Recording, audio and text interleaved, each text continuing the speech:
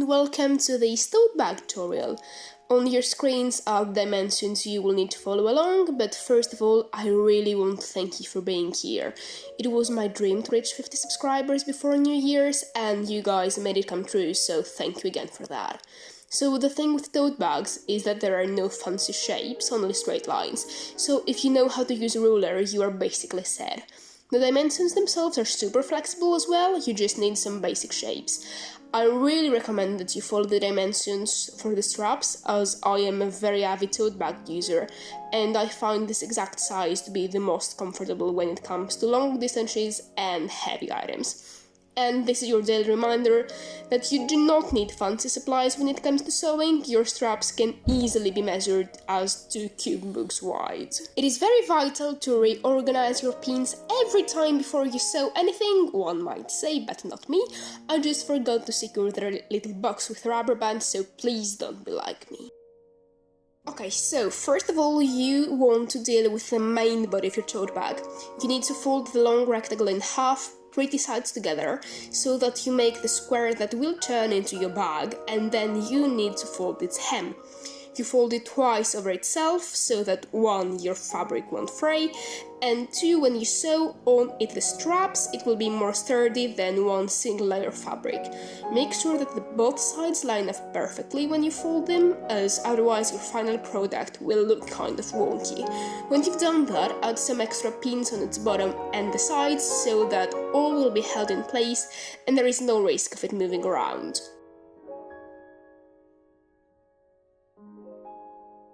Then you want to repeat all of that to the straps. You will fold them in half lengthwise, pretty sides together, and pin them in place both lengthwise and once in their shoulder dimension.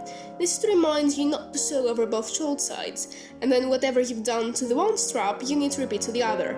And if this sounds as if I'm teaching you medieval ways to make people talk, I'm sorry. Then it's time for the pocket, because all girls love those. You will leave 3 sides to their own good graces and fold twice over itself the one side that you want to be the top of your pocket. After bringing the big guns out, it's time to choose your thread. This will require a lot of top stitching, so you will need to pick a color that looks pretty with your fabric, and I chose this pretty baby blue. Stitching the top seam of your pocket so you can put all of that aside. Then it's time for your straps. Sew down the one short side you've pinned and lengthwise, making sure to sew on as a straight line as possible. Thankfully, the kind people that made your sewing machine have provided many of those to follow.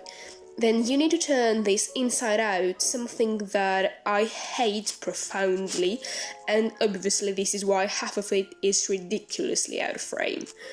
After you successfully manage to turn it inside out, tuck in the edges of the other short side and then top stitch it to keep everything in place.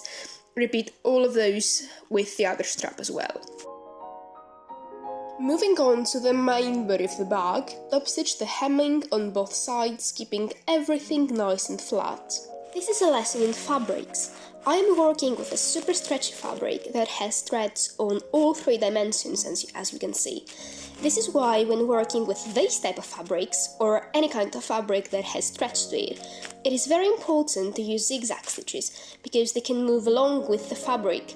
If I had used straight stitches for these, they would have snapped. This part will look pointlessly complicated, but here is a very short breakdown. You need to attach your pocket to your bag. Find where you're going to place it, making sure that it is comfortable to reach. Then find the middle of both your bag and your pocket lengthwise, as a proper woman in STEM with a ruler and a calculator.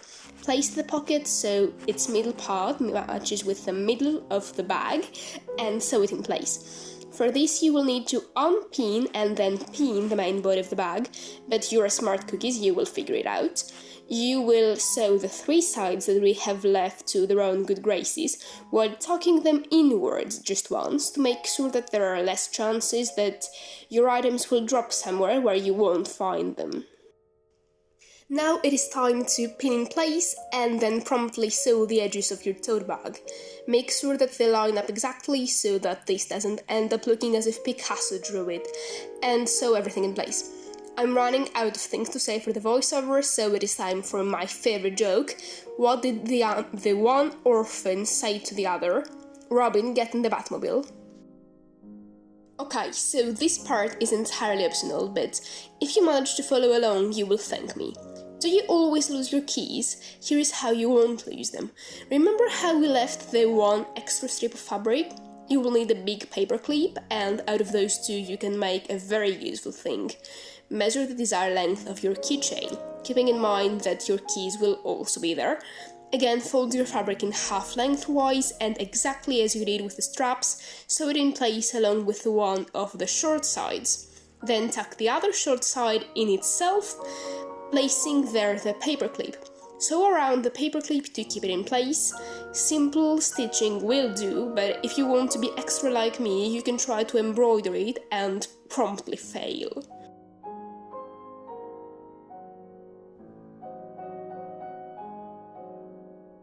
Strap in! It is straps time!